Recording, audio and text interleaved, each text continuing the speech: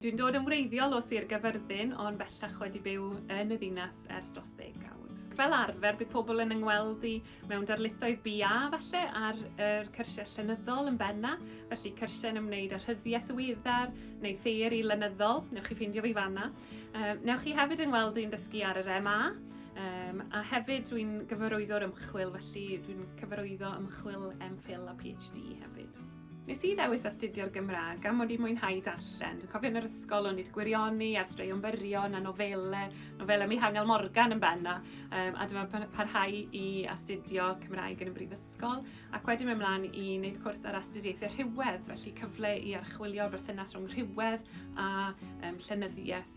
A dechreuodd hynny ar y niddordeb i mewn hunaniaeth, archwilio hunaniaeth mewn testunau llenyddol, felly edrych ar agweddau fel rhywedd, rhywioldeb, cenedligrwydd a hil hefyd. O ran yng ngwaith ymchwil i, dwi'n mwynhau arbrofi gyda beirniadaeth greadigol.